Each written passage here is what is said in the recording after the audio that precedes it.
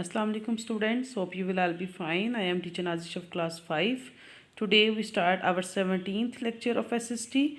So open your book page number 102.